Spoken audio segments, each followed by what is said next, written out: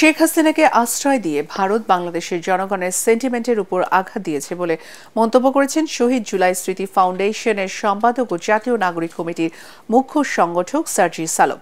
চট্টগ্রামের পলো ground conference হলে ইসলামী আন্দোলন বাংলাদেশ চট্টগ্রাম আয়োজিত গোলটেবিল বৈঠকে তিনি এ মন্তব্য করেন।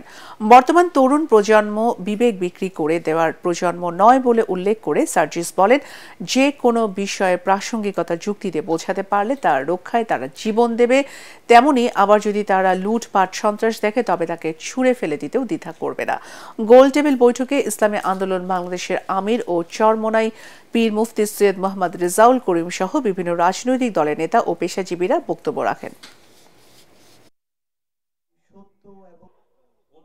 এই বিগত দিনের যে শিক্ষা কারিকুলাম সাজানো হয়েছে এর প্রত্যেকটা বই বাদ দিতে হবে, নতুন ভাবে বই সাজাতে হবে, নয়তো আন্দোলন ব্যর্থ হবে। আগামীর বাংলাদেশের সাথে ভারতের প্রত্যেকটি সম্পর্ক ভারত বাংলাদেশকে কাজের মাধ্যমে যেভাবে ট্রিট করছে তার উপরে নির্ভর করবে।